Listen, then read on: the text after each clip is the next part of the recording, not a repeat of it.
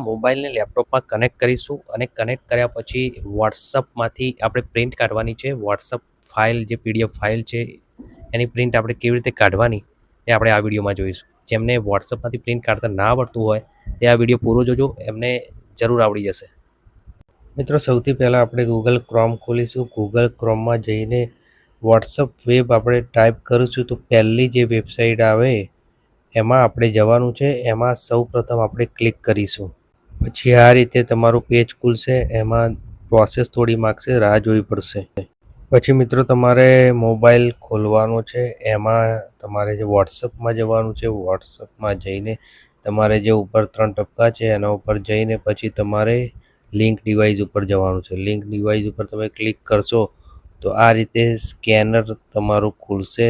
એ scan થશે. જે લેપટોપનું છે ને એ સ્કેનર સ્કેન થશે. પછી ધીરે ધીરે પ્રોસેસ ચાલુ થશે અને પ્રોસેસ પૂરી થાય એટલે તમારું મોબાઈલનું જે વોટ્સઅપ છે એ લેપટોપમાં કનેક્ટ થઈ જશે.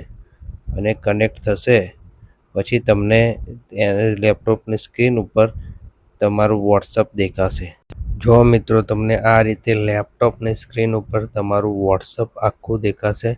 જે તમારું ચેટિંગ કરેલું છે બધા નંબર વાઇઝ બધું દેખાશે. હવે તમે જ્યાં પ્રિન્ટ કાઢવાની હોય એ નંબર ઉપર ક્લિક કરીને અંદરના ડોક્યુમેન્ટની તમે પ્રિન્ટ એકદમ ઇઝી રીતે નીકાળી શકો છો. તમારે શું કરવાનું છે, અંદર જઈને જે પણ ડોક્યુમેન્ટ હોય એને ડાઉનલોડ કરી દેવાનું છે. ડાઉનલોડ કરીને પછી એને ઓપન કરવાનું છે. ઓપન કરશો પછી આરામથી તમે એની પ્રિન્ટ નીકાળી શકશો.